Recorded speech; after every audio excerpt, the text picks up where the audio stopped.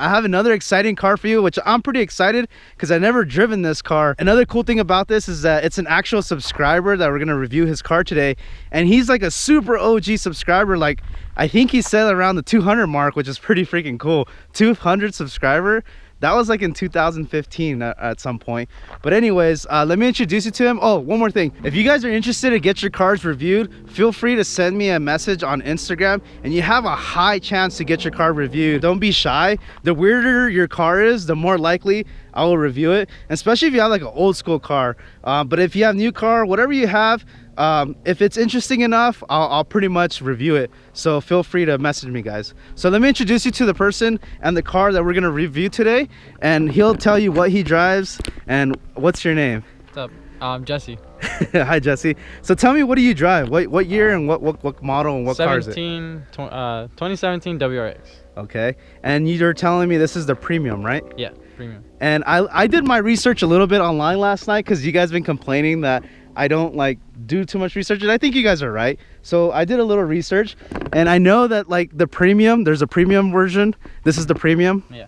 And there's some cool features on this car that I looked up, and one of my favorite features of the premium is that it has like black headliner, which is pretty cool to me. So I guess the first thing that's obvious, tell me what wheel setup you got going on here. Well, I have the Enkai NTO3 plus M's, and they are 18 by 8.5 and 35 millimeter offset. Cool. And what tires are you running? I'm running the Dunlop Sport Max tire. Well, I also noticed you had some kind of exhaust. What exhaust are you running here? I have the NVIDIA Q300 turbo back exhaust with 4-inch tips. Okay. So it's kind of dark here, so I'm gonna turn you guys around, see if you guys can see it better. So tell me, when you did this exhaust, did it get a lot louder? Did you feel horsepower? How did that go? I felt a lot more power, and it definitely got louder. Oh, okay, yeah. Usually turbo cars with exhaust makes a huge difference.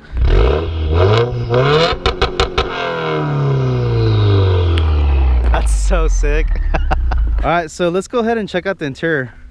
So I did do a little bit of research, like I said earlier.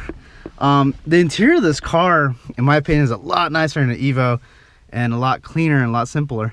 And one thing I did know, or found on the review videos that I looked up and did my research, is like the in-dash camera, or the in-dash screen, has an actual reverse camera.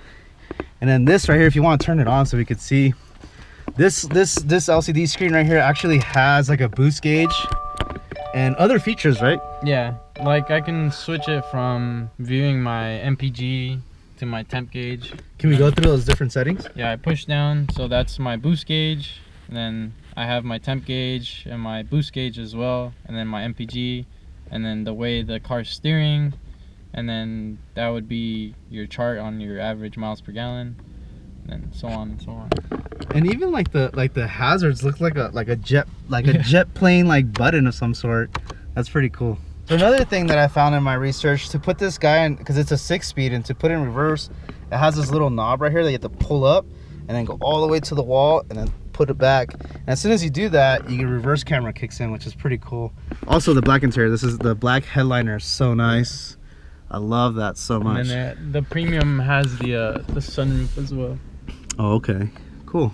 I don't know too much about access ports because actually, like, my car gets tuned by the ECU.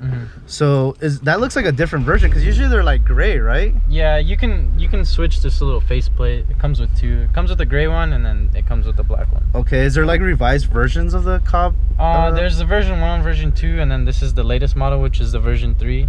That's actually the newest one. That's not your car. No, that's just the way it came. Okay. But then it displays all your settings. Like I have my air fuel ratio sensor, I have a fuel pump pressure, my oil temp, my NOx sensor, and my timing, and a boost gauge. Wow, that's pretty cool. It has all those gauges. How much do these Cobb access ports cost? Depending on what you get when you buy it, like you can buy a mount and stuff like that, or you can buy one with different maps. I paid $600 for mine. Okay. And that was shipped. Okay. And some may cost up to like $650 to $700 depending if you get the add-ons. Okay. But that was the cheapest for me, and I really didn't need any of that other stuff, so 600. And I have no experience with these Cobbs before. Do they? Where do you plug it into? You plug it into your OBD2 sensor. Oh, okay. That's what it runs off of. And so you have like a little wire chilling somewhere? Yeah, I have the wire. I kind of decided to tuck it a little bit. Okay. That way it's not in the way. It's pretty long. Do on the forums, do they have like ways of like completely getting rid of it, like hiding it? Yeah, there's some people that'll take the air vent off. Okay. And they'll stick the wire in there. Okay. Pull it out through the bottom. Okay. But to me, it's not a big issue because not many people drive my car. So Yeah. The cool thing about it, it's like not only you can tune your car with it, right? That's the main point of it, but it's also like reading you parameters that you need to know, like a knock sensor. That's very important. Does it read AFRs, you said? Yeah, it's the top one. Yeah, the AFRs is probably like worth the most. Yeah, definitely. Just the one I have, I think it's like 200 something bucks. So you have all these other, and it does boost as well. Yeah. So the motor on this car is a 2.0 turbo, right? Yeah. And it's a newer style than like the previous engine blocks, I guess. It's called like the FA20 something. Yeah, instead of the turbo being rear mounted, it's actually on the bottom. What? Yeah. Holy smokes, I didn't even know that. That's freaking crazy. So did they do that so they could like access it better or something? Personally, I don't know the reason why they did that. And it's top mounted intercooled. And you said you're gonna change it to an ETS front mount intercooled. Yeah, I have an ETS front mount. Okay. And you got the stock airbox, and everything in here is pretty much stock, right? Yeah, everything's stock. Okay. And I think when I read online, they make 268 horsepower. Yeah, around there. Yeah. And okay, so you have a aftermarket strut bar, right? Yeah, I have the Megan front and rear strut tower braces. And you're running what coilovers? The Fortune Auto 500 and with 600 Swift springs. Okay, so I'm gonna back up so you guys can see what that looks like. And how do you like those coilovers so far? They feel really good. They feel close to OEM. Yeah. And they handle way better than stock, that's for sure. Cool. So that pretty much wraps it up. I know the car is not like crazy mod, but it is something different that we can review. And I'm sure this car is pretty relevant in the car scene. So maybe this will help you decide to buy this car, or you can see the potential of this kind of car. And just so they know, how much, what's the potential on the horsepower with the E85 mod? E85, the highest I've seen on stock internals is 360. 360. Yeah.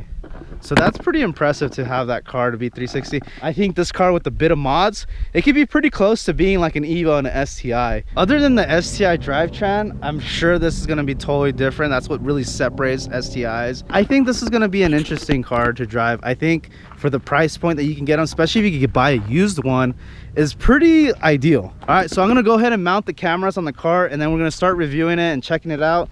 Stay tuned, guys. Today we're driving a 2017 WRX Premium Edition. I already got a chance to drive the car down the hill. Now I'm going up the hill. We're actually at GMR out here in Azusa, Glendora Mountain Road, which is one of the most popular roads for this kind of stuff on the weekend. So we got to be very careful. There's a lot of guys out here running their cars, and there's a lot of motorcycles and a lot of bicyclists. But I think the bicycle guys are gone for the day for the most part. So GMR is mostly like a second gear, sometimes third gear Canyon. And this Canyon is really good for cars that are not like 300 horsepower down. Anything above that's pretty crazy up here. I don't know too much about WRXs. I'm pretty familiar with Evos, but I did some research, and this car, the WRX, is a new like engine platform that it used to be before. It's called like a FA20 something. I'm not 100% sure, but it's a new format. The way it sounds, it doesn't sound like a boxer motor anymore, which I like, because I was never a fan of that rumble sound. It sounds more like an Evo or some kind of like 2.0 turbo car. It sounds more of a traditional engine, and I'll do some pulls so you guys can hear what it sounds like. The exhaust that he's running is an NVIDIA, which sounds really good. It reminds me of like the BMWs and the Porsches that have like those valves for the exhaust. Like when you're daily driving, it's not that loud. It's a little, like, you hear it a little bit, but when you punch it, like right here, you can really hear it.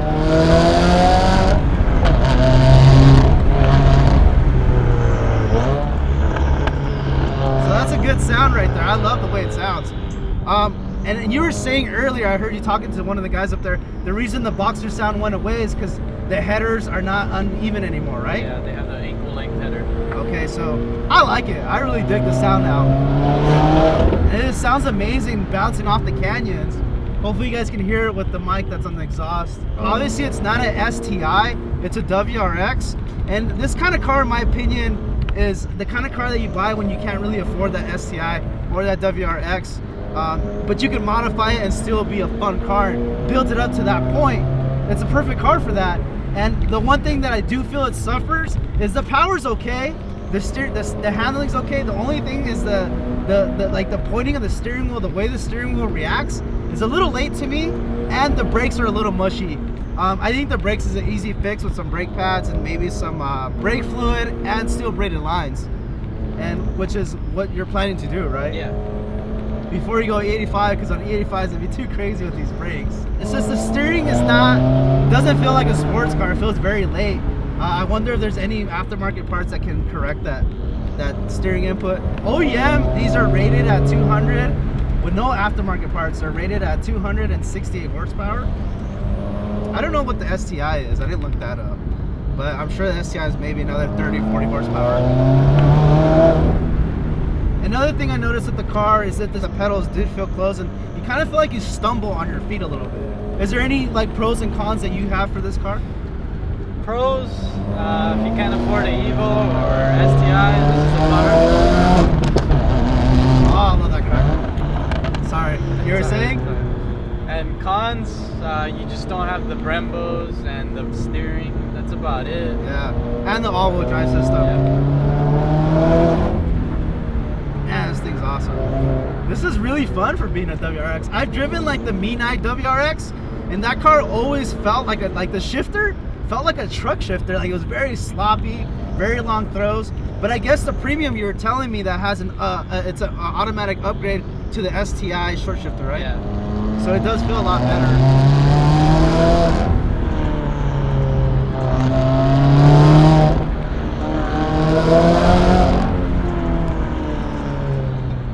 I really feel confident pushing this car. On the uphill, it's not an issue because you don't really use your stopping power that much. You don't have that weight that you're fighting.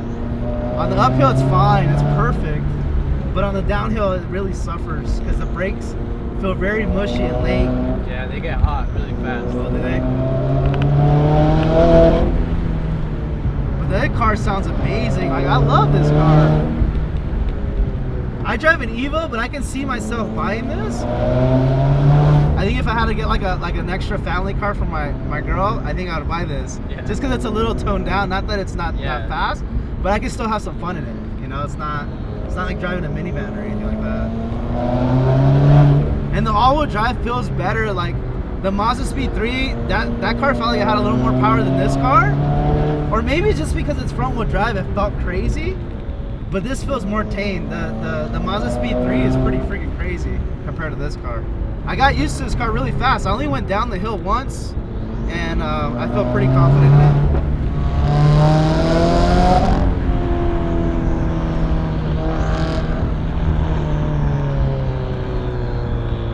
The steering wheel is another nice feature. It's one of those steering wheels, like if you've ever driven a 335i, it's like a really fat style. I love fat steering wheels. And I never was a fan of these guys, but on this car it works for some reason. And if you guys ever come and visit, like if you're not from California, in my opinion, GMR is one of the best canyons for this here. That was fun. I like that. I love that. I wish you could do more straightaways, but that was fun, man. I love this car. All right, guys, so that wraps up this video of reviewing the WRX. Thank you guys for watching. Thank you so much for letting me drive it. I really appreciate it. Thank you. And thanks for coming out from Anaheim, right? You're way out there. Anaheim. And it was fun filming. Like I said before, if you guys want your cars to be reviewed, I love filming them. You have a high chance of getting on the channel, so just drop us a direct message on Instagram, and most likely I'll get back to you. So yeah, so thank you guys for watching. I love you guys. I'll catch you on the next one.